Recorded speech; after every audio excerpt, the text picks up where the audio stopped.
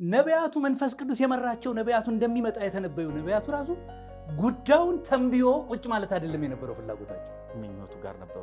ይመረምሩ፣ ይፈልጉ፣ ሊያዩ ይሰሙ ነበር። ወይ በእነሱ ዕድሜ ወይ ዕድሜያቸው ረዝሞ ያዩት ይፈልጉ ነበር። ምን ማለት ነው? ይሄንን ቅዱስ ጳውሎስ ሲነግረን እግዚአብሔር የተጠበበበት ትልቅ ሚስጥር ነው ብሎናል። በቆላስይስ ሲናገር ኢየሱስ የእውቀትና የጥበብ መዝገብ ነው፣ የእግዚአብሔር ሚስጥር ነው ይላል። እግዚአብሔር ጠቢባንን ፉርሽ ያደረገበት ነው ኢየሱስ። እነዚያን ከንቱ ያደርግ ዘንድ ፍልስፍናን ከንቱ ያደረገበት። አየህ፣ የግሪክ ሊቃውንትን ዜሮ ያስገባበት ነው። የማይጠበቅ ነገር ነው ያደረገው። በምሁራን ጀምሮ ቢሆን ምን ይውጣን ነበር? እሱም ነው እኮ በፈላስፎች ነገሩን ቢጀምረው። አዎ። ስለዚህ እግዚአብሔር ሚስጥር እንዳለው ነቢያቱም ይመኙ።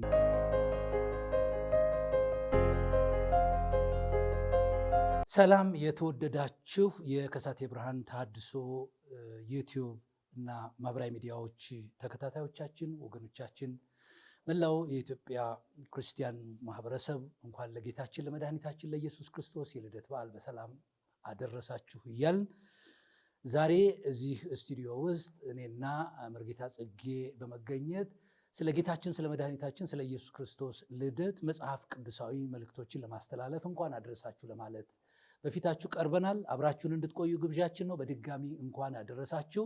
ሰላም እግዚአብሔር ከሁላችሁ ጋር ይሁን። መርጌታ ጽጌ እንኳን ደህና መጡ። እንኳን ደህና ቆየኝ። ሰላም አለ ወይ? እንዴት ነው በዓሉ?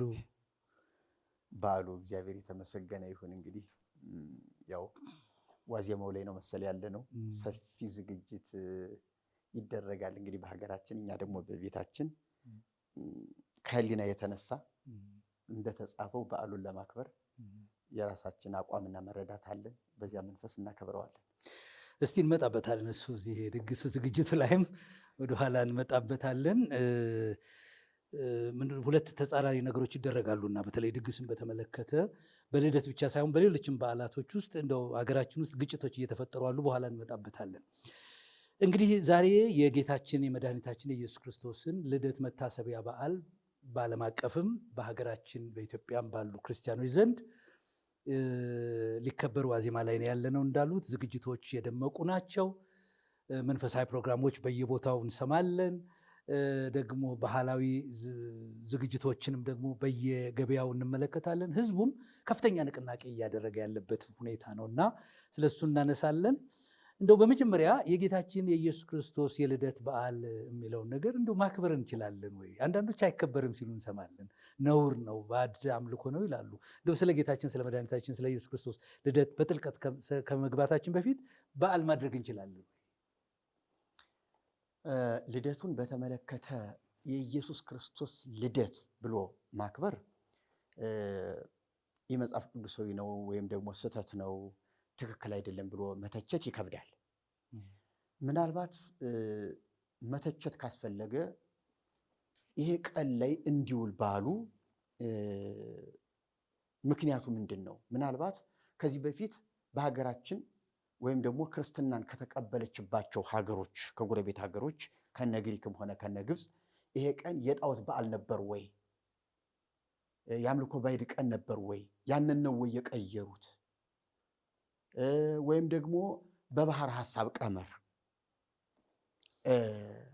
እንደው አስልተው አቀራርበው አጠጋግተው ጌታችን በዚህ ወርና በዚህ ወር አካባቢ ነው የተወለደው፣ ስለዚህ ከነዚህ ወራት ውስጥ አንዱን ቀን የልደት ቀን እናድርገው ብላ ቤተ ክርስቲያን በጤናማ መንፈስ ወስና ያደረገችው ከሆነ ደግሞ መልካም ነው እና በጥቅሉ ግን ዙሃልን ሆነ አርጤምስን ወይም ደግሞ ሌላ ጣዖት የነበረበትን ፈንቅሎ የኢየሱስ ክርስቶስ የልደት በዓል ብሎ ማክበር ክፋቱ አይታየኝም እውነት ለመናገር። ይልቅ በዓሉን መጽሐፍ ቅዱሳዊ እንዲሆን መቅረጽ ነው፣ ማስተካከል ነው እና ከቀን አኳያ ከወርም አኳያ ተቃውሞ የለኝም። አሁንም ቢሆን የሀገራችን አብያተ ክርስቲያናት በስምምነት ወይም የኢትዮጵያ ኦርቶዶክስ ተዋሕዶ ቤተክርስቲያን ብዙ ጊዜ ይዘው የመጣችው እሷ ናትና በዓሉን የልደትን በዓል ቦታ ቀን ብትቀይርለት ትችላለች። ምክንያቱም እርግጠኛ 29 የተወለደበት ነው ተብሎ ስለማይታወቅ በወንጌላውያንም ተጽፎ ስለማይገኝ እና በእስራኤልም ታሪክ ነገር ስለሌለ ቤተክርስቲያን ቀን የመቀየር መብት አላት። አልተመቸም፣ ታኅሳስ 29 አልተመቸንም። 28ም እኮ ታከብራለች። በየ28 29ም እየተፈራረቀ ይከበራል። ስለዚህ ቀኑ አልተመቸኝም ብላ እነዚህን በዓላቶች ማሸጋሸግና መቀየር ትችላለች። ግን ስለዚህ በዓል ማድረጉ ችግር የለውም ወይ መታሰቢያውን ማሰብ ችግር የለውም ነው። እንደው በዓል ምንድን ነው? በዓል ማለት ምን ማለት ነው በግዕዝ? እስቲ እንደው ፍቺውን ሰተን እንለፍ።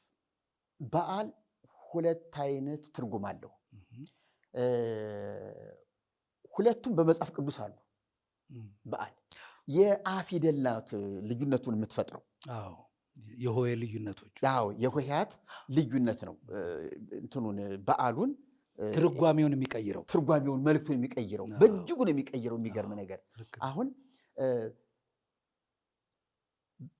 በዓሌ አትይኝም ባሌ ትይኛለሽ ይላታል እስራኤልን እግዚአብሔር።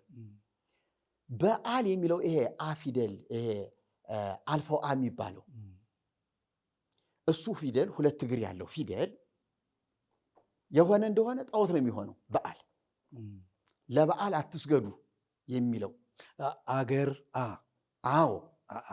አገር የሚለው እቺ አልፋው አትባል። አልፋ የሚል ፊደል ስንጽፍ ሁል ጊዜ እቺን ነው የምንጠቀም እና አይን የሚል ጽሑፍ ስንጽፍ አይን ደግሞ ለሚለው ክቧን ነው የምንጽፍ። ስለዚህ መለየው አይኑ አልፋው ሐመሩ ስንል እኮ እቺ ሶስት እግር ያላት ምንድነው አካፋ ቅርጽ ነው ምንድነው ሶስት እግር እንደዚህ ሐመሩ ትባላለች። ሶስት እግር ያላት ሐሌታ የምትባለው ደግሞ የመጀመሪያው ናት። እና ሐሌታ ለምንድን ነው የተባለችው? ሐሌ ሲባል ሁልጊዜ ያቺ ፊደል ስለምትጻፍ ነው። ሐመሩ ለምን ሐመር ተባለ ስንል ሶስት እግሩ ሐመር የሚለውን ቃል ስለምን ብዙሃን የሚለው እንደዚህ አይነት ነገሮች። ስለዚህ አሁን በዓል የሚለው በግዕዙ ይሄ በዓል የሚለው አሁን የሆሄን ልዩነት ያሳየናል። ግን ቀጥታ ትርጉሙ የመጀመሪያው ይሄ ጤናማ የምንለው አሁን ይሄ በዚህ በአገር በሚለው ሳይሆን በዚህ በአይኗ ስንጽፈው በዓል ሲሆን በዓለ ምን ማለት? በዓለ አከበረ ነው። በዓለ እሱ አከበረ ነው የሚሆነው። ስለዚህ አከበረ እንግዲህ የበዓል አከባበር ለጣዖትም ሊሆን ይችላል። አሕዛብ ያደርጉታል። የእግዚአብሔር ሕዝቦች እስራኤልም በዚህ ጊዜ ከዚህ እስከዚህ በዓል ታደርጋላችሁ እየተባሉ ጾም ትጾማላችሁ እየተባሉ ታዘዋል። ስለዚህ ቤተ ክርስቲያን ከእስራኤል ነው አብዛኛውን ጊዜ በዓሉን የተረከበችው። እንደዚህ የማክበር ነገር ምክንያት ትፈጥራለች። እግዚአብሔር ምክንያት ነበረው። በዓል ሲከበር ጾም ሲጾም እግዚአብሔር ምክንያት ይሰጥ ነበረ። በኩሬን ነው ሲል እግዚአብሔር ምክንያት ነበረው እና ከዚህ አንጻር በዓልን እግዚአብሔር ታከብራላችሁ። ሰንበትን ራሱ ስትመለከተው ምን አታድርጉ፣ በሰንበት እንደዚህ ያደረገ ይገደል ይወገር የሚለውን ነገር ስትመለከት ሰንበት እግዚአብሔር አርፎበታልና ተብሎ ሰንበት የተቀደሰ ቀን ሆኖ ለእስራኤል የተለየ ነበረ። አሁንም ቢሆን በአይሁድ ይሄ ነገር አለ እና ስለዚህ በዓል ነው። በዓለ በአይኗ ሲሆን አከበረ፣ አላቀ፣ ከፍ አረገ እንደማለት ነገር። እንዲያው አለ አይደለ ከምን ተከልክለህ ለበዓሉ ክብር ሰጥተህ በምስጋና በጸሎት እግዚአብሔርን በመፍራት በማክበር ወይም ደግሞ እግዚአብሔር ያደረገልህን ነገር በማሰብ የምታከብረው ክብር ነው በዓል። በቋንቋ ደረጃ ሌላው ደግሞ በዓል ይሄ ጣዖቱ የሚጠራበት የጣዖት ስም የሆነ በዓልን ታመልካላችሁ፣ በዓልን ታከብራላችሁ የሚል አለ በመጽሐፍ ቅዱስ። በቋንቋ ደረጃ ሁለቱም አንድ ናቸው። በዓል ነው። ስለዚህ አይኗ ሲሆን በዓለ አከበረ የሚለውን ይወስዳል። በአገር በሚለው ስንጽፈው ደግሞ በዓል የጣዖት ስም ይሆናል። ትክክል። በጣም ጥሩ። አሁን በዓለ አከበረ፣ አላቀ፣ ከፍ አደረገ ለማንኛውም ይሆናል። ለጣዖትም ይሆናል፣ ለእግዚአብሔርም ይሆናል፣ ለንጉስም ይሆናል፣ ለሰውም ይሆናል በቋንቋ ደረጃ። አሁን እንግዲህ የጌታችን የመድኃኒታችን የኢየሱስ ክርስቶስ በዓለ ልደት አደረሳችሁ ብለን ስንል የልደቱ መከበር መላቅ መታሰብ ጊዜ እንኳን አደረሳችሁ እያለ ነው። ስለዚህ በዚህ መንገድ እንዲያውልን እንፈልጋለን። አንዳንድ ሰዎች በዓል ከሚለው ጋር አዛምደው በዓል የጣዖት ነው ብለው ይደመድማሉና ነው ይህን ለመናገር የፈለጉ። በሀገራችን እንግዲህ ብዙ አይነት የአከባበር ስርዓቶች አሉ።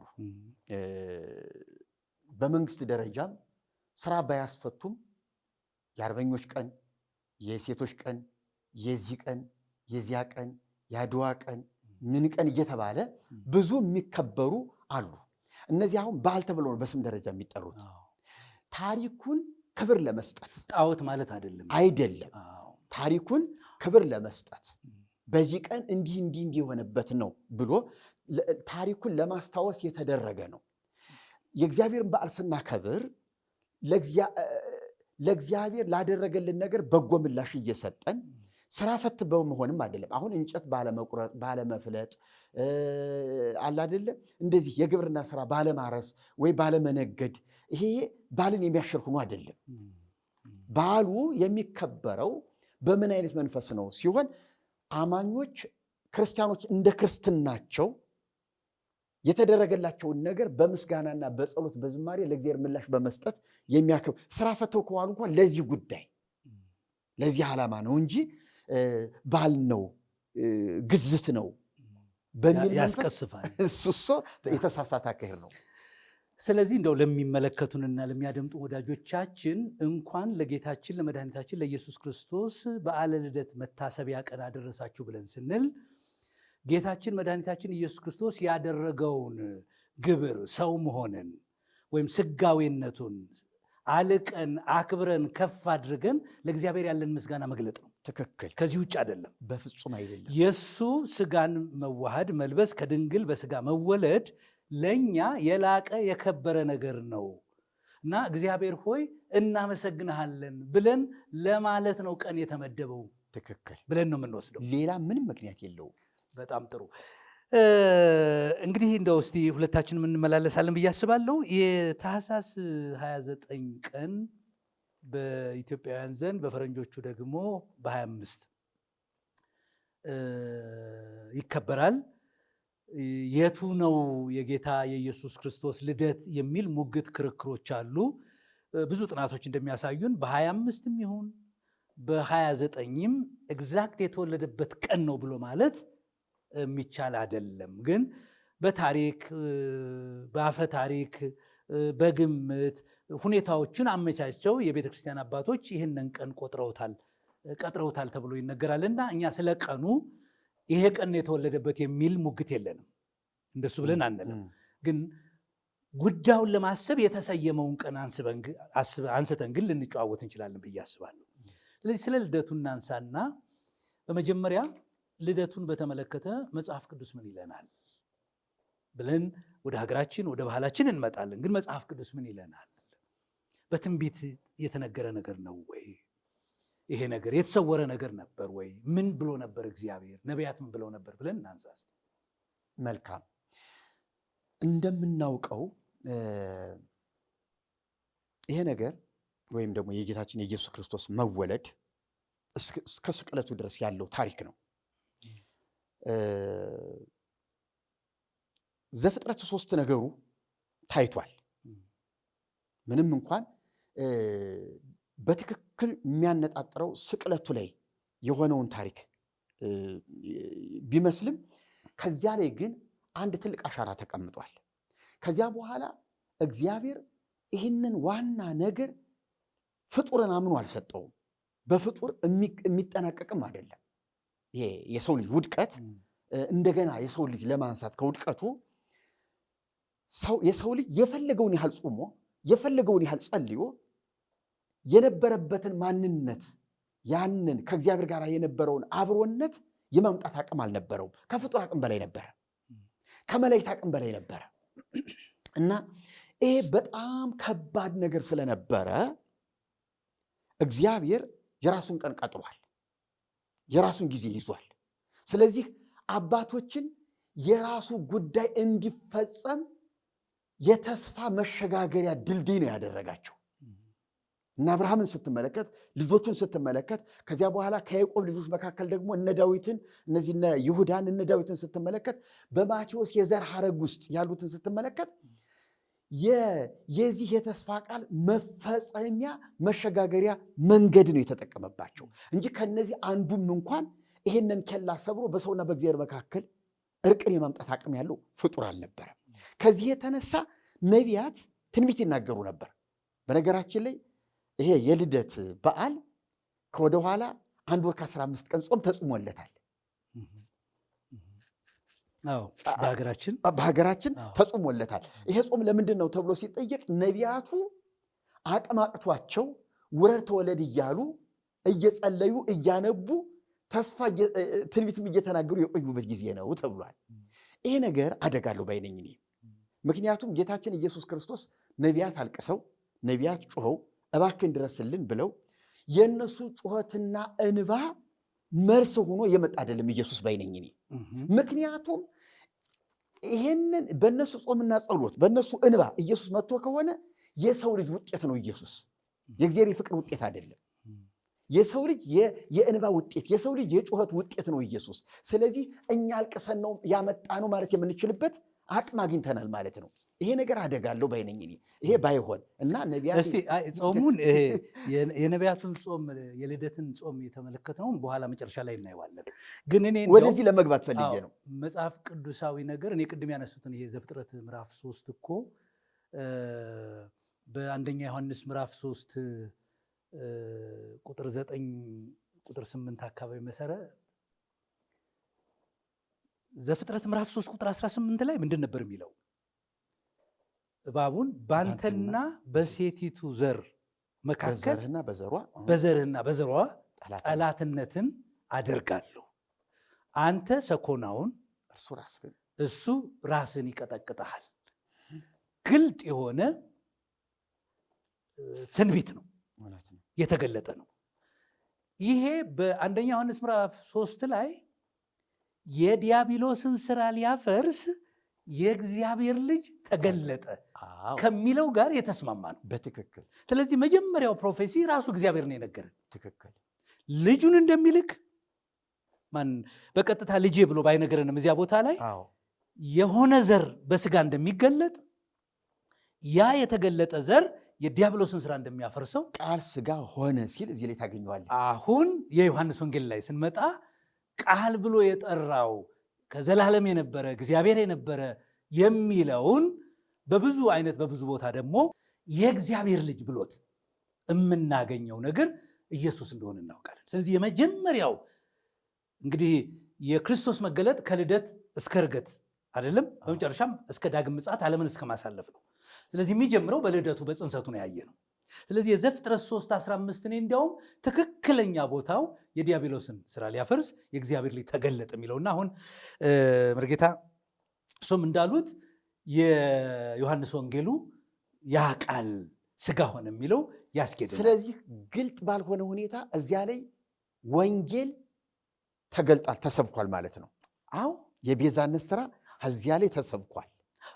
ለአብርሃምም አስቀድሞ ወንጌል ተሰበከ ተብሏል ገላትያ። ልክ ነው። በነገራችን ላይ ወንጌል ከህግ ቀጥሎ የመጣ አይደለም። አዎ ከህግ በፊት በተስፋውም ነበረ። በህግ በፊት አብርሃም የሰማው የመጀመሪያው ሰው አዳም እና ሔዋን የሰሙት ራሱ ጌታችን አብርሃም ቀኔን ያይ ዘንድ ተመኘ፣ አየ፣ ደስም ተሰኘ። አዎ ስለዚህ የዚህ የአዲስ ኪዳን የጌታችን መወለድ የመቤዠት ስራ፣ የዲያብሎስ ስራ መፍረስ፣ የጽድቅ፣ የቅድስና፣ የቤዛነት፣ የዘላለም ህይወት ጉዳይ እግዚአብሔር ቆይቶ ያሰበው ሳይሆን ከዘላለም እውቀቱ የነበረ ስለነበረ ነው። እንደወደቀ ገና እግዚአብሔር ትንቢቱን ነገረን። ዓለም ሳይፈጠር ይህ ነገር በእግዚአብሔር ዘንድ አልቆ ተቆርጦ የነበረ ነገር ነው። ኤፌሶን ላይ ይህን እናገኘዋለን። አዎ እግዚአብሔር ነገ የለውማ። እውነት ነው። ትላንት የለውም እኮ ሁልጊዜ አሁን ነው እግዚአብሔር።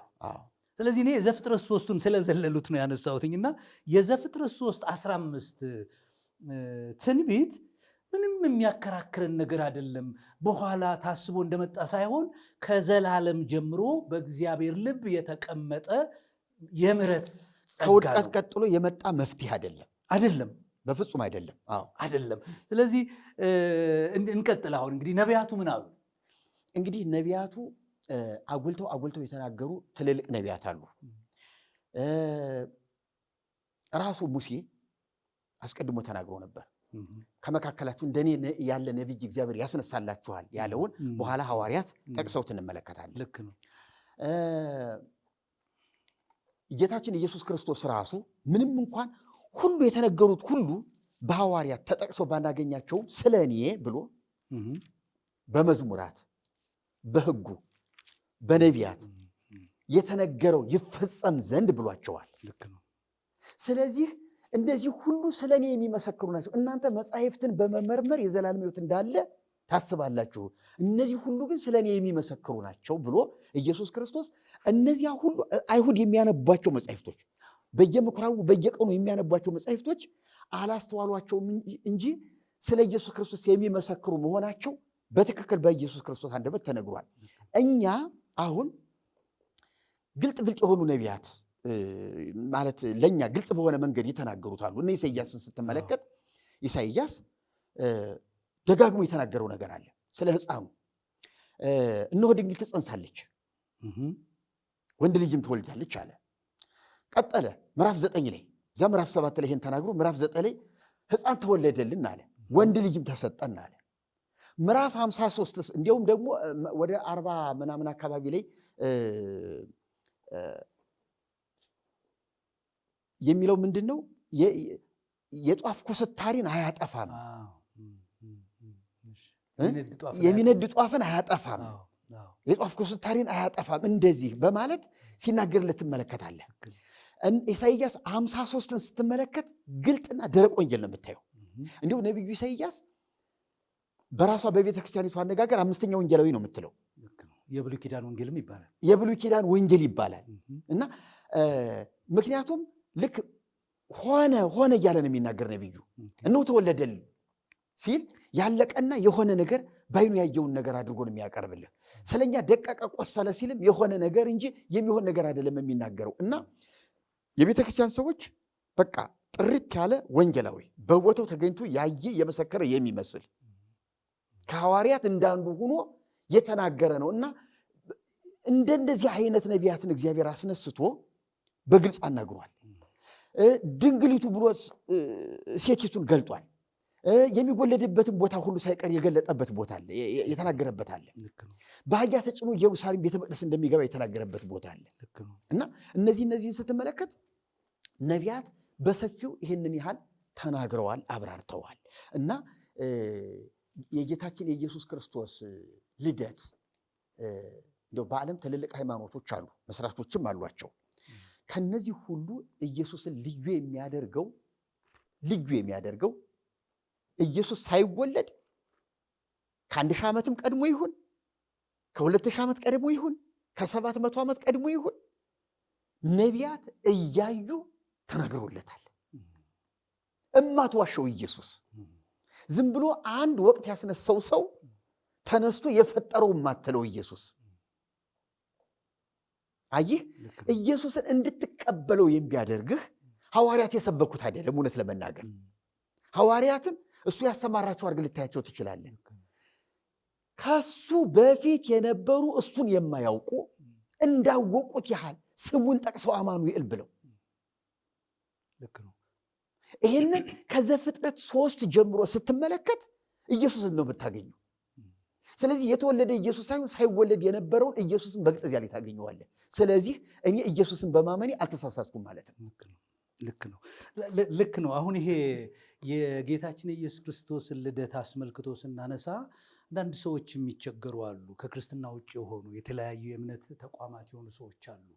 በአንድ ዘመን የነበረ በይሁዳ በእስራኤል ውስጥ የነበረ ደግ የሆነ መምህር ከነባሮች እንዳንዱ በስነ ምግባሩ የታወቀ እንደ ሶቅራጦስ እንደ ፕሉቶ እንደ ሌሎችም ስመጥር እንደነ ጋንዲ ምናምን የሆነ አሻራውን አሳልፎ የሄደ መምህር ነው ብለው ነው የሚናገሩ። አስበዋለሁ፣ ጽፈዋል፣ እንደሱ ብለው ተናግረውለታል። ይህን ኢየሱስን በአዲስ ኪዳን ተገልጦ ስላየ ነው የዛሬ 2000 ዓመት የሆነ አድርገው የሚወስዱ ሰዎች አሉ። ግን አሁን መጽሐፍ እንደሚናገር ነቢያትም እንደሚተባበሩ እዚህ አንደኛ ጴጥሮስ ምዕራፍ 1 ላይ ስለ ክርስቶስ መገለጥ ሲናገር ምን ይላል? ለእናንተም ስለሚሰጠው ጸጋ ትንቢት የተናገሩት ነቢያት ስለዚህ መዳን ተግተው እየፈለጉ መረመሩት ይላል። ነቢያት ስለ ጉዳዩ በሰሙት ፍንጭ መንፈስ ቅዱስ በነገራቸው መሰረት ትንሽ ጽፈውልናል። ግን ተግተው ይፈልጉት ነበር ነው የሚለን አሁን ቅዱስ ጴጥሮስ። ተግተው ይፈልጉት ነበር ማለት እንዴት ነው የሚገለጠው? መቼ ነው የሚገለጠው? መቼ ነው የሚታየው? ይሄ ብቻ አይደለም። እዚሁ ቁጥር 12 ላይ እንዲህ ይላል፣ ለእነርሱ ከሰማይ በተላከ በመንፈስ ቅዱስ ወንጌልን የሰበኩላችሁ ሰዎች አሁን ባወሩላችሁ ነገር ደግሞ ስለ ሐዋርያቱ መጣ።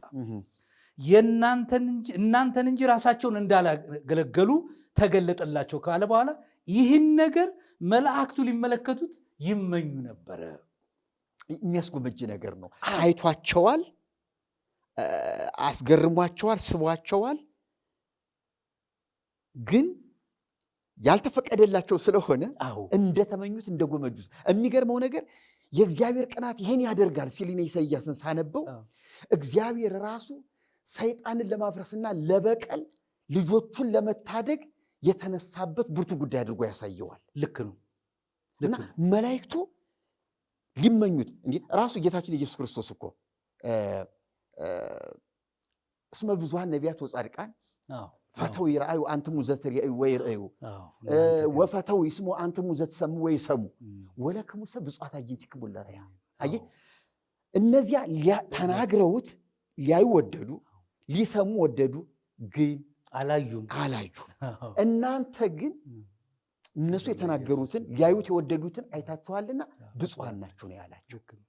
ስለዚህ እውነት ለመናገር ይሄ በፍጡር አቅም የማይሆን በእግዚአብሔር ልክ ብቻ የሚሆን ነገር መሆኑ ብርቱ ጉዳይ መሆኑ ልደቱ ልዩ ታሪክ ነው።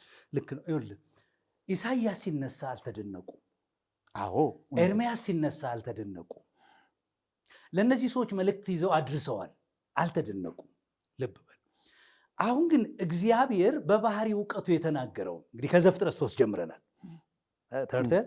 ከዘፍጥረት 3 ጀምረን ስናየው የሆነ ታምር ሊሰራ እግዚአብሔር እንዳቀደ ታይቷል። ስለዚህ መላእክቱ ራሳቸው ፍንጭ ሰምተዋል። ፍንጭ ሰምተው ግን እንዴትና መቼ እንደሆነ ግልጥ አይደለም። ስለዚህ ምን ያደርጉ ነበር? ይፈልጉት ነበር ለማየት ምንድን ነው የሚፈጠረው።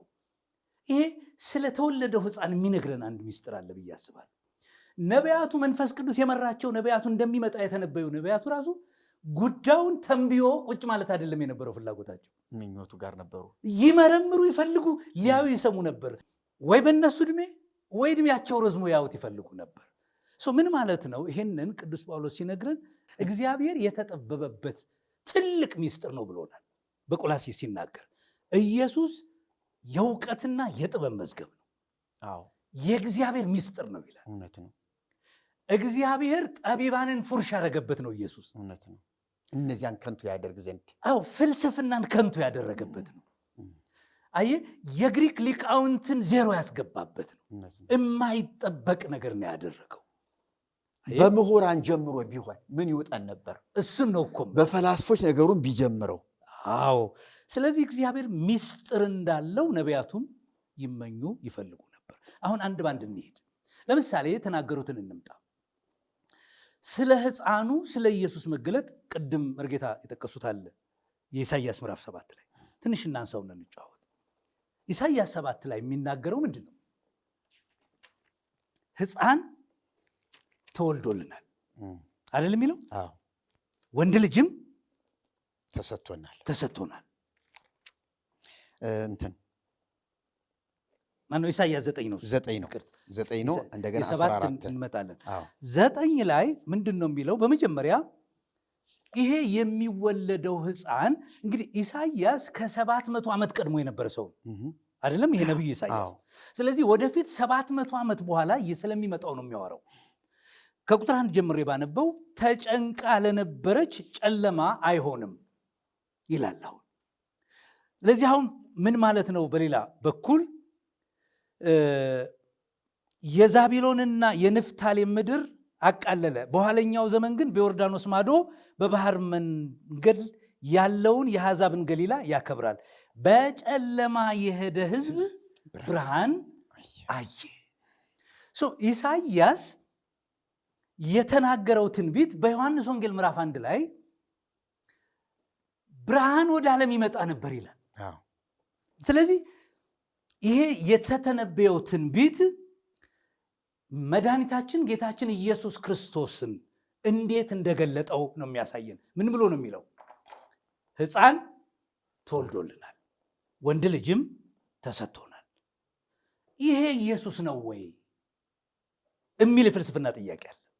ይሄ ኢየሱስ ባይሆንስ? ለምሳሌ የኢሳይያስ 7:14 ስሙንም አማኑኤል ይሉታል የሚለውን አንስተው የኢሳይያስ ልጅ ነው ብለው የሚተረጉማሉ። አይሁድም ይህንን ትርጉም ነው የሚቀበሉት ይባላል። የኢሳይያስ ልጅ ነው ይሄ ምርኮ ፈጠነ ቸኮለ የሚለው እና ስሙንም አማኑኤል ይሉታል ማር ይበላል ምናምን የሚላለ ቅቤና ማር ይበላል። ይሄ ኢሳይያስ ከሚስቱ የሚወልደውን ልጅ ነው ብለው የሚናገሩ ሰዎች አሉ። እነሆ ድንግል ትጸንሳለች ሲል ምን ማለቱ ነው? አዎ ይሄንን ነው እንግዲህ አሁን ይሄ ድንግል ብሎ የሚጠራው ይላሉ እነሱ። ወንድ ያላወቀች ብቻ ማለት አይደለም ይላሉ። አይ እድሜንም ሊጨምር ይችላል ይላሉ። ልጃገረድ እንደምንለው አይነት ነገር ማለት ነው። በእኛ ሀገር አሁን ያላገባች ማለት አይደለም፣ እንደዚያ ልጃገረድም ነው የሚል ነገር አለ። ግን ኢየሱስ መሆኑን እኮ የምናውቀው ተንኮል አይመስልም። ግን ይሄ አባባል እውነት ለመናገር የተንኮል ፍልስፍና አይመስልም። እንትኑ ምንድነው መሰለ መጽሐፍ ቅዱስ 2 ፍችን 3 ፍችን የሚሰጥ ትንቢቶች አሉት። ልክ ነው፣ አካሄድ አለው። ለኢሳይያስም ቤተሰብ ሊሆን ይችላል። ነገር ግን ይሄ ትንቢት ለኢየሱስም እንደሆነ የሚያሳየን እኮ የማቴዎስ ወንጌል ስንጀምር ማቴዎስ ወንጌል የጻፈልን ቅዱስ ማቴዎስ ይሄንኑ ጠቅሶ ነው የነገረን። የተባለው ይፈጸም ዘንድ በቅርብ ርቀት ለኢሳይያስ ቤተሰብ ሊሆን ይችላል። በሩቅ ርቀት በመንፈስ ቅዱስ ትርጓሜ ግን ስለ ኢየሱስ ሆኖ አግኝተነዋል። ስለዚህ ይሄ ስለ ኢየሱስ የተነገረ ትንቢት ነው ብለን የምንሰብከው የምናስተምረው ከዚህ የተነሳ ነገር ነው። ለምሳሌ ሙሴ ከመካከላችሁ እንደኔ ያለ ነቢይ እግዚአብሔር ያስነሳላችኋል፣ እርሱን የማትሰማ ነፍስ ከወገኗ ተለይታ ትጥፋ የሚለው ዘዳግም 18 ኢያሱ ነው ተብሏል ለጊዜው። አዎ በቅርብ ርቀት ለኢያሱ ያሳያል። ይሄ ግን መንፈስ እንግዲህ የእግዚአብሔር ቃል መንፈስና ሕይወት አይደለም? አዎ ሁለትዮሽ ያላቸው አሉ። ለምሳሌ አሁን ዳዊት እኮ ምንድን ብሏል? እንደው ውሾች ከበቡኝ ትዝ ይልሃል? እንደዚህ ንብ ምንድን ነው ማር ንብን እንደሚከብ ነው። ንብ ቀፎን እንደሚከብ ማር እንደሚከብ ክፎች ከበቡኝ፣ ውሾች እንደዚህ ይላቸዋል። የሚናገረው ስለማን ነው የሚናገረው? አየው፣ ስለማን ነው የሚናገረው? አንድም በአካባቢው በጊዜው በራሱ ጊዜ በዳዊት ላይ ስለደረሰው ነገር ያወራል። ነገር ግን ይሄ ነገር በእግዚአብሔር እውቀት በተጻፈ በመንፈስ ቅዱስ መሪነት በተጻፈ በዚህ መጽሐፍ ግን ተሻጋሪ ትንቢቶች የሚባሉ አሉ። በመሻገር ስለ ኢየሱስ እንደሆነ እኮ ይሄንኑ ጠቅሶ ጌታ ተናግሯል። ስለዚህ በትንቢት ያየናቸው በሙሉ በመንፈስ ቅዱስ መረዳት ለሚቀጥለው ዘመን እንደሆኑ ማየት ችለናል። እንግዲህ የክርስቶስ መንፈስ የሌለው ከእሱ ወገን አይደለም ይላል አይደለም? ስለዚህ ሊረዳው አይችልም። ስለ ኢየሱስ ነው ብለን እንላለን እና ኢየሱስን የሚያወራ ነው ብለን እንላለን። ይኸውልህ አሁን በቅንነት መንፈስ እንደው የግድ ለኢየሱስ ለማድላትም አይደለም። አሁን እኔ እናንተ እዚህ ላይ የምንነጋገረው ሌሎቹን ለመቃወም ሆን ብለን በጥላቻ መንፈስም አይደለም።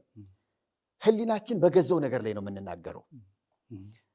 መጽሐፍ ቅዱስ ጥንድ ነገር ሊናገር ይችላል።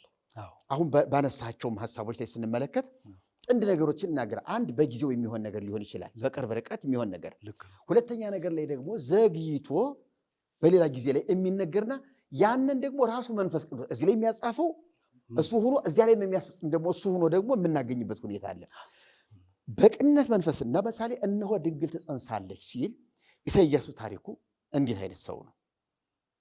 በትክክል የራሱ ነው ከተባለ ኢሳይያስ ምን አይነት ሚስት ነበረችው? የምን አይነት የትዳር ህይወት ነበረው? እሱ ከወለዳቸው ልጆች አማኑኤል የሚባል ልጅ ነበረው ወይ? ድንግል የምትባል ከሚስቶቹ እንግዲህ በርከት ያሉ ሚስቶች ካሉት ወይም ደግሞ ያቸው ራሷ የመጀመሪያ ሚስቱ ድንግል ተብላ የምትጠራበት ሁኔታ አለ ወይ?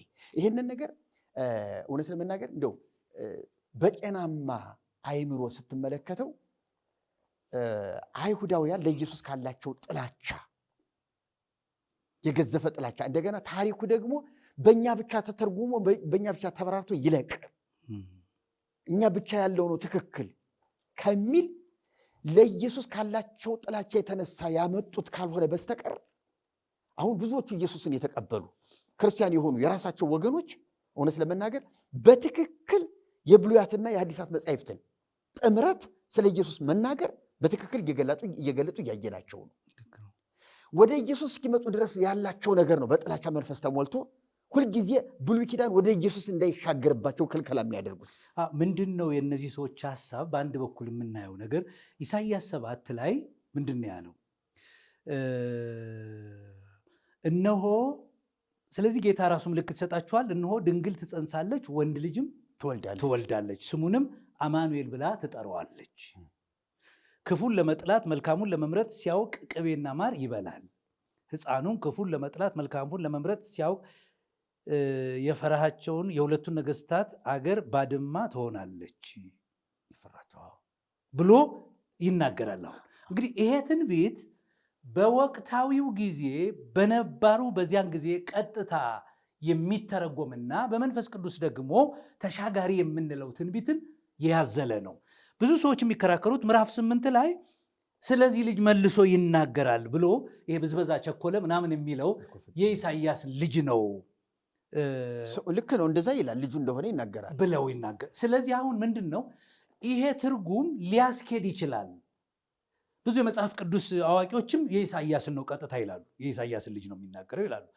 ነገር ግን ከዚህ ውስጥ መንፈስ ቅዱስ የተጠቀመው የትኛውን ቃል ነው?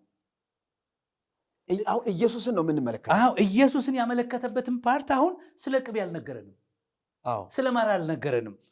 መንፈስ ቅዱስ ነጥቆ ለተጨማሪ ትርጉም የሰጠንና የትንቢቱ ፍጻሜ እንደሆነ እዚህ ማቴዎስ ወንጌል ላንብበው። አሁን ማቴዎስ ወንጌል ምንድን ነው የሚለው? እናቱ ማርያም ለዮሴፍ በታጨች ጊዜ ሳይገናኙ ከመንፈስ ቅዱስ ጸንሳ ተገኘች። እጮኛዋ ዮሴፍም ጻድቅ ሆኖ ሊገልጣት ስላልወደደ በስውር ሊተዋት አሰበ።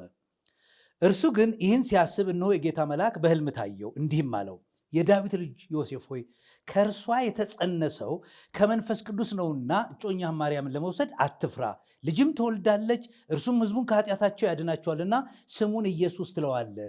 በነቢይ በጌታ ዘንድ እነሆ ድንግል ትጸንሳለች፣ ልጅም ትወልዳለች፣ ስሙንም አማኑኤል ይሉታል የተባለው ይፈጸም ዘንድ ይህ ሁሉ ሆኗል። ስለዚህ መንፈስ ቅዱስ የወሰደው ስለ ቅቤው አልነገረንም። አሁን አየህ፣ ተሻጋሪ ትርጉም አልነበረም። በቀጥታ ኢየሱስ ላይ እንዳረፈ ነው ነገሩ የሚያሳየው። ኢየሱስ ላይ ያሳረፈልን የትኛውን ነው? ድንግል ትጸንሳለች፣ ወንድ ልጅም ትወልዳለች፣ ስሙንም አማኑኤል ትለዋለች። ስለዚህ ወርቃማ ትርጉም ያንን እንደ ሰም ብናደርገው ወርቃማ ትርጉሙ እዚህ ላይ ነው ያለ፣ ኢየሱስ ላይ ነው ያረፈው። ስለዚህ ይሄ ኢየሱስ ትላንት ወይም ከትላንት ወዲያ የዮሴፍ ልጅ የአናጺ ልጅ የእናቱ ወንድሞቹ እህቶቹ ብለው እንደተሰናከሉበት የምናየው ሳይሆን ሚክያስ እንደነገረን ምዕራፍ 5 ይመስለኛል አወጣጡ ከዘላለም የነበረ ለእስራኤል የሚሆን መስፍን ተብሏል። ልብ በላሁን እንግዲህ። ስለዚህ ይሄ ኢየሱስ አንዳንድ የእምነት ተቋማት እንደሚሉን አንድ ደግ መምህር ሳይሆን አወጣጡ ከዘላለም የነበረ ሰው በታሪክ ውስጥ የለም። ትክክል። ብቻውን ሰው ብቻ የሆነ ፍጡር የሆነ ስለዚህ ይሄ ወልድ የእግዚአብሔር ልጅ ተወለደ የምንለው ማንነቱን ጨምሮ የነቢያቱ ቃል ይመሰክርልናል ማለት ነው። ለአንድ ጉዳይ ብቻ ነው ነቢያቱ የተናገሩት። በጊዜ ስለሚያልቀው ነገርም ሲጨነቁና ትኩረት ሰጥተው ትንቢቱ ሲናገሩ አትመለከትም። አርቀው ለሚያዩት ነው። ምክንያቱም መረመሩት፣ ፈለጉት የሚለውን ነገር ስትመለከቱ ተናግረው በጊዜው ካለው ነገር ላይ ልባቸው አርፎ አልቀረም። እንዳለም ብዙ ትኩረት አልሰጡትም። አሻግረው ላዩት ነገር ነው በጣም ትኩረት ሰጥተው መላእክቱ እንኳን ራሱ የዚህ ነገር ታሪክ ከዚህ ላይ ያበቃ ተደመደመ የሚሉት እንዳልሆነ። ስለዚህ በጊዜው ላይ ብቻ የተተረጎመ ሳይሆን የሚመጣውን የፈለጉት በጊዜውንም አነበሩበት፣ አይተውታል፣ ዳሰውታል። እሱ እኮ ነው የምለው እኔ የሚመጣውን ነው እየመረመሩ። ያላለቀ ታሪክ ያልተጠናቀቀ ታሪክ ሆኖ በዋናነት ስፍራ ተሰጥቶት ትኩረት ተሰጥቶት በሐዋርያቱ እገሌ እንደተናገረው እየተባለ እየተበራራ የተቀመጠለት ኢየሱስ መሆኑ ነውና አሁን ወደ ልደቱ እንምጣ። መርጌታ ልደቱ ላይ ነው ያለነው። ማለቴ ከነቢያት እንውጣና ወደ አዲስ ኪዳን እንምጣ፣ እንደው ሰዓታችንን ለመጠበቅ ያህል። በአዲስ ኪዳን መጽሐፍ ላይ እንደምናየው ጌታ ክርስቶስ ከድንግል እንደተወለደ እንደተጸነሰ በሚያበስር መልአክ ለድንግል ማርያም በሉቃስ ወንጌል ተነግሯል። ስለሱ ታሪክ ትንሽ እናውራና ምን የሚሰጠን ትርጉም አለ? ለምሳሌ የመጀመሪያውን የማቴዎስ ወንጌል ምዕራፍ 1 ነው። የማቴዎስ ወንጌል ምዕራፍ 1 ከቁጥር 18 ጀምሮ እስከ 25 ድረስ የጌታችን የኢየሱስ ክርስቶስን መጸነስ የሚናገር ነገር አለ እና በዚህ ውስጥ አንድ 3 ገጸ ባህሪያት እናያለን። ዮሴፍን እናያለን፣ ድንግል ማርያምን እናያለን፣ መልአኩን እናያለን እና የተጸነሰውን ሕፃኑን እናያለን። የማቴዎስ ወንጌል ምዕራፍ 1 ላይ መቼም ዛሬ ይህንን አናነሳውም። ድንግል ማርያም ለዮሴፍ ታጭታ ነበረ የሚል ቃል አለ። በእናት ቤተክርስቲያን ደግሞ ያውቁ እንደሆነ አለቃ እያሌው በተለይ ብዙ ሲተረጉሙ ማያቸው እጩ ማለት ምንድነው እንደ ተጠባባቂ ጠባቂ ነው ብለው ያስቡና ዮሴፍ ለትዳር ታጭታ አልነበረም። አንደኛ ዮሴፍ ሽማግሌ ነው፣ ያረጀ ነው፣ ጠባቂዋ ነው ይላሉ። እንደው ትንሽ ብለህ ነው እስኪ እንሂድ። ምንም ለውጥ አያመጣም። ሁለት ነገሮችን ነው ሲያዩ የምንሰማቸው፣ ሲናገሩ የምንሰማቸው። ሁላችንንም አሳስተውን ነበረ በንግግራቸው። ያው እሳቸው ብቻ ሳይሆኑ ከእሳቸው የሰሙ እንደሳቸው የሆኑ ሰዎች ጓደኞቻቸው እንደዚህ አይነት ነገር ያስተጋባሉ፣ ይጮሃሉ። ሁለት ነገር፣ አንደኛ ዮሴፍ የስጋ ዘመዷ ስለሆነ ምንም አይነት ግንኙነት አይፈጽሙም የሚል ትምህርትም ያቀርባሉ። ዮሴፍ የስጋ ዘመዷ ነው። እሷ በእናቷም በአባቷም የአሮን ወገን ናት፣ የካህናት ወገን ናት። ዮሴፍ ደግሞ የዳዊት ዘር ነው። ስለዚህ እሷም የዳዊት ዘር ናት እና የስጋ ዘመዶች ናቸው ብለው የዘር ሐረግ ሁሉ ቆጥረው እጮኛሞች የተባሉት ለጥበቃ ነው እንጂ ዝምድና ስላላቸው የጋብቻ ስርዓት ሊፈጽሙ አይደለም። አንዱ ዘመድ በመሆናቸው ነው። ሁለተኛ ደግሞ እጮኛ የሚለው ቃል ሁልጊዜ ለጋብቻ ብቻ አይደለም፣ ለጥበቃ ጭምር ነው እና ዮሴፍ ጠባቂዋ ነው እንጂ እጮኛዋ ሊሆን አይችልም። እጮኛ ማለት ጥበቃም ጭምር ስለሆነ ብለው ተርጉመዋል። በዋናነት በግዕዝ ቋንቋ ትክክለኛ ግሱ ፈሐረ አጨ ነው። ፈሐረ ጠበቀ የሚል ግስ የለም። እንዲያው አሁን እንፍጠር ብለው የተጨነቁ ሰዎች የቅኔ መምህራን እንዲያው እንፍጠር ብለው ካላሉ በስተቀር ለምሳሌ እኔ ቅኔ ቤት ሳለሁ እንደነሱ አብሬ እያልሁ ያልኩት ነበረ። መጽሐፍ ቅዱስ ስገልጥ ግን ውሸት ሆኖ ያገኘሁት አለ። እውነት ለመናገር ለምሳሌ ወባረከ ኢዮብ ዓመተ ልደቱ ረገመ። ባረከ መረቀ ብቻ አይደለም ረገመም ይሆናል ብለው ነግረውናል። እንደ ማስረጃ ኢዮብ የተወለደበትን ቀን ረገመ ብለው በግዕዝ ወባረከ ኢዮብ ዕለተ ልደቱ ብለዋል። ግን መጽሐፍ ቅዱስ ላይ ብሉይ ኪዳን ላይ ራሱ የኢዮብን መጽሐፍ በግዕዝ ሄደስተው ወተንሳ ኢዮብ ወከሰታፉ ወረገማ ለዕለት እንተ ባቲ ዓመተ ወልደ ነው የሚል እንጂ ባረከ የሚል ቃል የለም። አይ መጽሐፍን ስታነብ ሊቃውንቶች እንዴት እንደዋሹ ታገኛቸዋለህ። ስለዚህ ፈሐረ አጨ ነው እንጂ ፈሐረ ጠበቀ የሚል የለም። በግድ ጥሰው ካልመጡ ምንድነው ችግር? አሁን ታጭታ ነበር የሚለው ውርደት ነው ወይ? ድንግል ማርያምን ክብሯን የቀነሰ ስለሚመስላቸው አሁን የነሱ ጭንቀት ድንግል ማርያም በመለኮታዊ ጥበቃ ተጠብቃ ያለች እንዴ። ታሪኩ እኮ በጣም የተካበደ የተጋነነ ታሪክ እኮ አለው። ድንግል ማርያም እኮ 12 ዓመት ቤተ መቅደስ ቆየችና መጀመሪያ ካህናቱ እልል ብሎ አስገቧት ነው የሚለው። እልል ብሎ አስገብተው 12 ዓመት ሲሞላት 15 ዓመት ሲሞላት ቤተ መቅደስ ታረክስብናለች ትውጣ ብለው ምቀኝነት ፈጠሩባት። እንዲሁም ብዙ ሙከራ አድርገዋል እሷን ለማጥቃት እዚያ ውስጥ እያለች በፊት ስትወጣ። በመጀመሪያ ሴት ቤተ መቅደስ ይገባሉ? እሱን አሁን ሌላ ቀን እንመጣበታለን። ከዚያ ምን ሆነ መሰለ፣ እኔ አሁን ወደ እጮኝነት ላመጣልህ ፈልጌ ነው። እጮኝነት ነው። እዚህ ላይ ዘካርያስ ያን ጊዜ በወቅቱ ሊቀ ካህናት ነበር ብለውታል። ዘካርያስ ሊቀ ካህናት አልነበረም። ወደ ቅድስተ ቅዱሳን አይገባም። ዘካርያስ ሰሞነኛ ነው፣ የኤልሳቤጥ ባል ተራ ሰሞነኛ፣ በዕጣን በመሰዊያ አካባቢ እንደ ሌሎች ተራ ካህናት አገልግሎት ተሳታፊ ነው እንጂ ሊቀ ካህናት አለ። እነ ቀያፋ እያሉ አሉ። አዎ በጣም ረጅም ዓመት ነው። እንደውም የእነሱ ሊቀ ካህናትነት በታሪክ እንትን ሲል ከ60 ምናምን ዓመት በላይ ሊቀ ካህናት ሆኖ ቆይተዋል ነው የሚባለው። እና ዘካርያስ ትወጣልን ቤተ መቅደስ ታረክሳለች ሲባል ወደ እሷ ገብቶ እመቤቴ ሆይ እንደዚህ እየተባለ ነውና ምን ይሻለኛል ሲላት፣ አንተ ታውቃለህ፣ ወደ እግዚአብሔር አመልክትና እግዚአብሔር ያለህን አድርግ አለችው። ከዚያ ወደ እግዚአብሔር ሲያመለክት ከእግዚአብሔር የታዘዘ መልአክ መጣና ሚስቶቻቸው የሞቱባቸውን የእስራኤል ሽማግሌዎች ይሁን እንግዲህ ከጋብቻ ለማራቅ እጮኝነቱን ከጋብቻ ለማራቅ ዮሴፍ ማለት አይኑ ያመጨመጨ ጉልበቱ የሟሸሸ ምን ያለ እንደዚህ አይነት እንደዚህ እዚህ ደረጃ የደረሰ ቢሆን እኮ ዮሴፍ እንዳንበሳ ግብፅ ሀገር መሰደድ አይጠበቅበትም ነበረ። እና እንደዚያ ያረጀ የሸበሸበ የመውለድ አቅም የተላለፈው ሰው ነው ለማለት ሚስቶቻቸው የሞቱባቸውን ሽማግሌዎች ሰብስበህ በትሮቻቸውን ተቀብለህ ጸልይበታል ተባለ። ዘካርያስ ሲጸልይ በዮሴፍ በትር ላይ ዕጣ ደረሰ። ኦ ዮሴፍ እቀባ ለማርያም ፍህርትከ፣ ዮሴፍ ሆይ ጭኛህን ማርያምን ጠብቃት ተብሎ ጠባቂ ሆነ። አንድም የዮሴፍ በትር አብባ አፍርታ ተገኘች።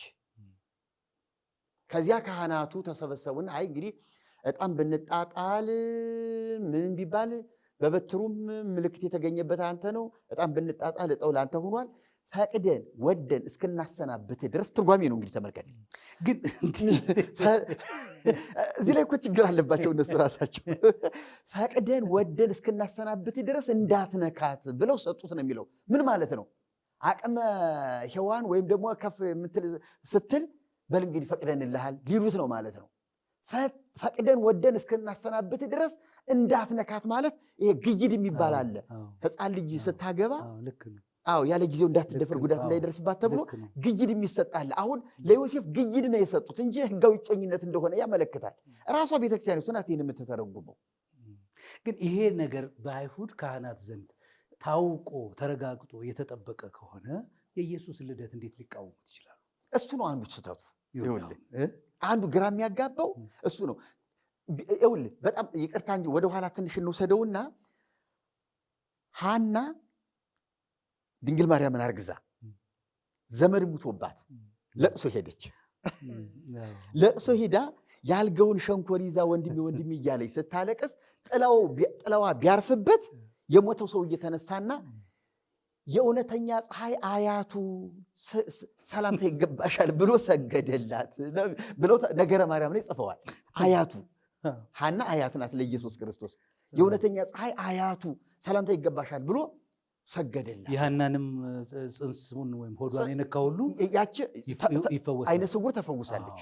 ከዚያ በኋላ አይሁድ እንዲህ ገና በማህፀን እያለ ድውይ እየፈወሰ ሙት ያስነሳ ሲወለድማ ታምር ሊሰራ ነው ብለው በጠላትነት ተነሱባቸው። ታምረ ማርያም ላይ ይሄን በግልጽ አስቀምጠውታል። ከዚያ በኋላ መልአኩ ገብርኤል ኢያቄም ሐና ተነሱ ብሎ ሊባኖስ ሂዳ እንድትወለድ አደረጉ። የስለት ልጅ ናትና የስለት ጊዜዋ ሲደርስ ወደ ቤተ መቅደስ አምጥተው ልጃችን ተረከቧት አሉ ለካህናቱ። አይ ያሳደዷቸውን ሰዎች እንደገና ልጅ ተረከቡ። እንዴት ነው አሳደዋት እንደገና አምጥተው ልጅ የሚሰጡ? ለምንድን ነው? ከዚህ ምን ያህል የተዝረከረከ ታሪክ እንደሆነም ህዝባችን እንዲያውቅልን እንፈልጋለን። እዚህ እውነት ለመናገር አሁን ካህናቱ እችን የመሰለች ልጅ ከፀሐይ ሰበትጅ የምታበራ ምን እናበላታለን ምን እናጠጣታለን እያሉ እየተጨነቁ ሳለ መልአኩ ፋኑኤል ምግብ ይዞ መጣ ብለው ደግሞ ተርከዋል። ከዚያ መልአኩ ፋኑኤል ሲመግባት እንዴ የሆዷ ነገር ከተያዘማ ብለው እልል ብለው እየዘመሩ ቤተ መቅደስ አስገቧት። አይ አሁን ይሄን ያህል ተቀባይነት ካገኘች ነው አንተ ቅድም ያመጣው ሐሳብ። ይሄን ያህል በካህናቱ ተቀባይ በፋኑኤል ነው። ፋኑኤል መልአክ ከመሰከረላት አንድ ክንፉን አንጥፎ አንድ ክንፉን ጋር እንዲያውም ሊቀ ካህኑ ለእርሱ ይሆናል መስሎታለት ተብሎ ለየት ሲል ፋኑኤል ህብስቱንና ጽዋውን ይዞት ወደ ላይ ይሄዳል። አይ ለሌላው ለወላጅ ይሆናል ተብሎ ሲባል እነሱ ሲሄዱ ወይ ከፍ አላለም ወይ ዝቅ አላለም፣ ባለበት ረበበ። አይ እንግዲያስ የህፃኗ ነው ይሄ ነገር ተብሎ ለህፃኗ በጣም ይሄ ሁሉ ሲሆን ሊቀ ካህናቱ አሉ ካህናቱ አሉ፣ በጣም ሽማግሌዎች አለ፣ ፈሪሳውያን አሉ። ይሄ እንግዲህ በመልአኩ ፋኑኤል አማካኝነት የተመሰከረ ነው የድንግል ማርያም ጉዳይ በእነሱ ታሪክ። እንዲህ ከሆነ ቤተ መቅደስ ይዘዋት ከቆዩ አንደኛ ሴት ቤተ መቅደስ አትገባም። እሺ እንደው ቅጥሩ ግቢ ውስጥ አስቀመጧት ብለን እንበልና ያስቀመጡበት ምክንያት ከእግዚአብሔር የተሰጠች ሴት እንደሆነች ካወቁ እንዴት ነው ከሷ የተወለደውን ሕፃን ላለመቀበል ያን ያህል የጨከኑት የሚለውን ታሪክ አላየም። እሱ አሁን ቤተክርስቲያኒቱ ራሷ በራሷ የተረከችው ነገር አንድ እርምጃ ሄዳ ሌላ ተረካ ያንን የሚያፈርስባት፣ ሌላ እርምጃ ሄዳ ደግሞ ይሄኛውን የሚያፈርስባትን ነገር አላስተዋለችም። እና የፈጠራ ታሪክ ነው ይሄ ነገር እንትወው ማለትን ለምን አልተገነዘበችም? አሁን ይሄ የምንለው ምንድን ነው? ኢየሱስ ክርስቶስ በአይሁድ ዘንድ ያን ያህል ስደት፣ ያን ያህል ጥላቻ የዮሴፍ ልጅ ነው እያሉ ሲሉት የድንግል ማርያም ያን ያህል ክብር ከነበራት በእነሱ በመካከላቸው ተቀባይነት ካገኘች ከእሷ የተወለደውን እውነተኛ መሲህ ነው ብዙ ማስረጃዎች አሉን ብለው ለመቀበል አይቸገሩም ነበረ። አንደኛ ያ ሁሉ ታሪክ ውሸት መሆኑን ትመለከታለህ። ሁለተኛ ዮሴፍ ሽማግሌ አይደለም፣ ዕጣ መጣጣል ምናምን የሚባል ነገርም የለበትም እውነት ለመናገር። ስለዚህ ዮሴፍ በትክክል በሕጋዊ መንገድ ወጣት ነው፣ ለእሷ የሚገባ ሰው ነው፣ በዕድሜ ሁለቱም ተቀራራቢ ናቸው ማለት ነው። አጫት ብለን እናምናለን። በጣም ጥሩ። እኔ እንደውም እሱ በጣም ደስ ከሚለኝ ነገር አንደኛ ስለ ዮሴፍና ስለ ድንግል ማርያም የተገለጠውን ብናውቅ በእውነት እግዚአብሔር የምናከብርበት ሚስጥር እናገኛለን። አንደኛ ድንግል ማርያም ከዮሴፍ ጋር በነበራቸው የእጮኝነት ጊዜ ሳይገናኙም ይላል። እውነት ነው። ክብሯን ጠብቃ ሴትነቷን ጠብቃ እሱም ሳይጋፋ እሱም የተሰጠውን ነገር ሳይጋፋ ጻድቅ ነበር ይላል። ልብ ጻድቅ ነበር። እውነት ነው። ስለዚህ ራሱን የጠበቀ እውነተኛ ማለት ነው ጻድቅ ማለት። ራሱን ጠብቆ የነበረ እሷም ራሷን ጠብቃ የነበረች ታማኞች ናቸው። ታማኝ የሆኑ ሰዎች ናቸው። እንደውም የምንማረው ነገር አየህ፣ ሴቶቻችን ከሚማሩበት ነገር አንዱ ልጆቻችን፣ ወጣቶቻችን ራሷን ጠብቃ እግዚአብሔር አንድ ሴት ለአንድ ወንድ ነው አይደለም በመጽሐፍ ውስጥ ያለው። ስለዚህ ራሷን ጠብቃ እግዚአብሔር የሰጣትን የሚሰጣትን ባሏን አየህ በክብር ተቀብላ ይዛ እንድትኖር ራሷን የመጠበቅን ነገር ከድንግል ማርያም እንማር። ደግሞ እኮ ከአንድ ቤት መሆናቸውን እኮ ያሳያል ራሱ። ድንግል ማርያም እኮ ታጭታ ከእናት ከአባቷ ቤት አይደለም ያለችው። አዎ እንዴት ምን አይነት ታምር ነው ይሄ! እንግዲህ አገራችን ውስጥ አለ ይሄ ታሪክ። ከእስራኤል የቀዳነውን ይመስለኛል ይሆናል። አዎ እድሜያቸው 15 ያልሞላ ወንድና ሴት ልጆች በልጅነት ይተጫጫሉ፣ በተለይ በሰሜኑ የሀገራችን ምንድን ነው የሚሆነው? ወደ ወንዱ ቤት ይላመዱ ተብሎ ሴቷ ትሄድና ግብረ ስጋ ግንኙነት እንዳያደርጉ፣ አንደኛ ልጆች ናቸው፣ ግይድ ነው የሚባል ግይድ የሚለው ነገር ተደርገው ተላምደው እህት ወንድም ሆነው እንዲያድጉ ይደረግና እድሜያቸው ሲደርስ ተሰርገው ይዳራሉ። ይሄ ከእስራኤል ያመጣ ነው ይመስለኛል። እኔ ድንግል ማርያምም ከዮሴፍ ጋር ነው ያለችው። ዮሴፍ እጮኛዋ መሆኑ አያስነውረንም። ክብሯ ነው። አንደኛ ጻድቅ ሰው ነው ዮሴፍ። ሁለተኛ ድንግል ማርያም ራሷን የጠበቀች ነች። እኔ ሳይገናኙ ብሎ ጽፎልናል በትክክል አይተህ እንደሆነ። እንዲያውም እዚህ ላይ በጣም ቤተክርስቲያኒቱ በጣም አስነዋሪ ታሪክ ሁሉ ተፈጥሮ እንትን የጻፈችው ነገር አለ። ዮሴፍ ተጠራጥሮ ወደ ካህናቱ ወስዷት፣ ካህናቱ ደግሞ መራራ ቅጠል አጠጥተዋት፣ ከዮሴፍ ውጭ የጸነስሽው ከሆነ ሆድሽን ይበጥብጠው ይንፈው፣ ሰውነትሽን ይበሳሰው ብለው አጠጥተዋት። ማየዘለፋ የሚባለው ከዚያ ከፀሐይ ያንን ሲያጠጧት ከፀሐይ 7 እጅ አበራች ሁሉ ተብሎ ተተርኳል። እና የዮሴፍን ጻድቅነት ከንቱ አድርገውበታል እዚህ ላይ